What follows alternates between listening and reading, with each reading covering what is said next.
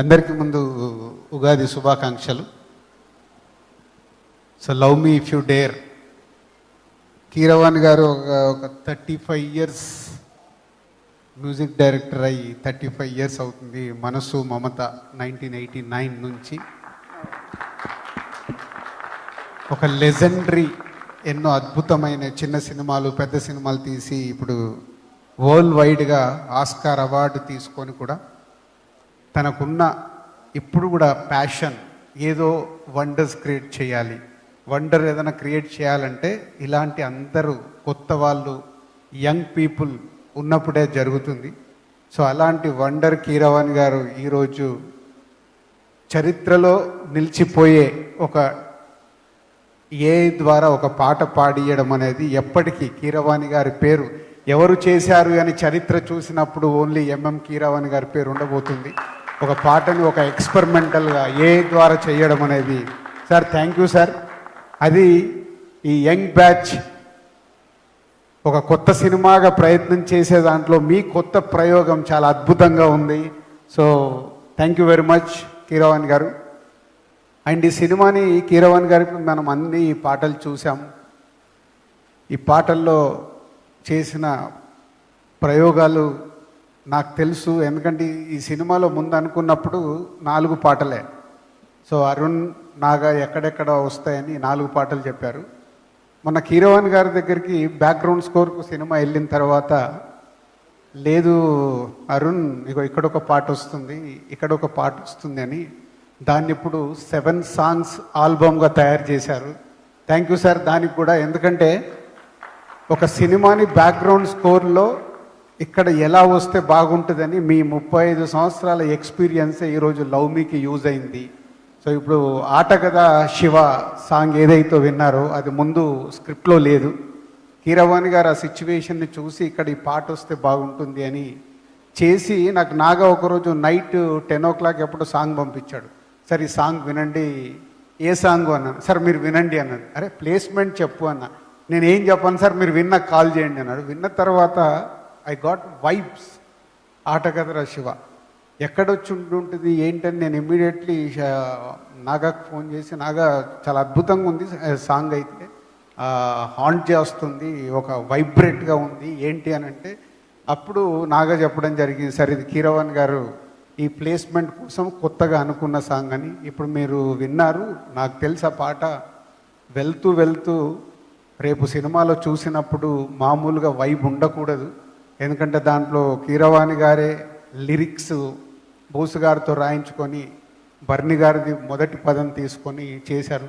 Thank you sir. ఆ song సినిమాని ఒక లెవెల్కి తీసుకుపోబోతుంది, సినిమా చూసినప్పుడు అర్థమైంది. అలాగే ఇంకొక సాంగ్ ఇందాక కొత్తగా అని ఒక పాట ఏదైతే విన్నామో కీరవాణి గారే నాకు ఫోన్ చేశారు, ఒకసారి స్టూడియోకి రండి అని. ఎప్పుడు ఈ సినిమా విషయంలో నేను కీరవాణి గారు మాట్లాడుకున్నది ఎప్పుడు లేదు. అదే ఫస్ట్ టైం కీరవాణి గారు ఫోన్ చేస్తే స్టూడియోకి వెళ్తే చెప్పేస్తాను, అది క్లైమాక్స్లో వచ్చే పాట, ఈ రీల్ చూడండి అని చూపిస్తే ఆ సాంగ్ విన్నప్పుడు మళ్ళీ ఒక వైబ్, అంటే టోటల్ సినిమాని రౌండప్ చేయడానికి అక్కడ కీరవాణి గారే లిరిక్ రాసి చేసిన సాంగ్. కొత్తగా ఇందాక సింగర్ పాడుతుంటే అది కూడా ఒక వైబ్గా ఉంది. Thank you sir. ఈ సినిమాని మీరు ఎంత ఓన్గా చేసుకొని ఆ పిల్లలకి, నాగాకి, ఆయన అరుణ్, హర్షిత్, అన్సిత అందరికీ మీరు ఒక న్యూ జనరేషన్కి బేబీ స్టెప్స్ చేస్తున్న వాళ్ళకి మీరు వెనకాల ఉండి ఈ సినిమాని నెక్స్ట్ లెవెల్కి తీసుకెళ్ళడానికి ప్రయత్నం చేస్తున్నారు. థ్యాంక్ యూ కీరవాణి గారు.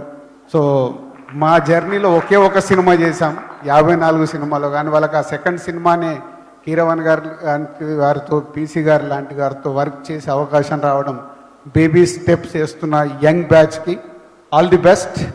Arun, Naga, Harshith, Ansitha and hero Ashish and heroine Vaishnavi. And about story ఇంతకుముందే నేను చెప్పాను, ఒక న్యూ ఏజ్ ఫిలిం, ఒక యంగ్ టీం కలిసి ప్రయత్నం చేస్తున్నారు చాలా కొత్తగా. అందుకే ఇంతమంది ఈ కొత్త స్క్రిప్ట్ కోసం ముందుకు రావడం జరిగింది. ఒక కొత్త ప్రయత్నము, కొత్త ప్రయోగము, అలాగని టోటల్ లవ్ స్టోరీ మీదే డ్రైవ్ చేసే సినిమా. సో ప్రేక్షకులకి కొత్త అనుభూతి, కొత్త సినిమాల్ని ఏదైతే ప్రేక్షకులు ఈరోజు కోరుకుంటున్నారో అలాంటి ఒక కొత్త సినిమా ద్వారా రాబోతుంది ఈ లవ్ మీ. తొందరలోనే మేము ముందుకు వస్తుంది.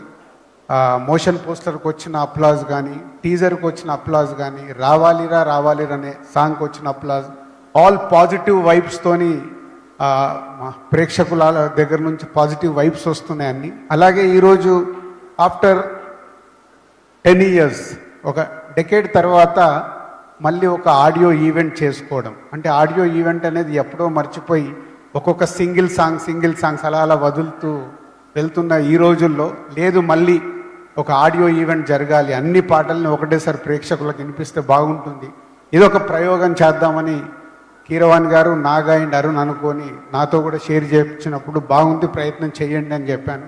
సో దానికి కూడా మీ అందరికీ థ్యాంక్ యూ.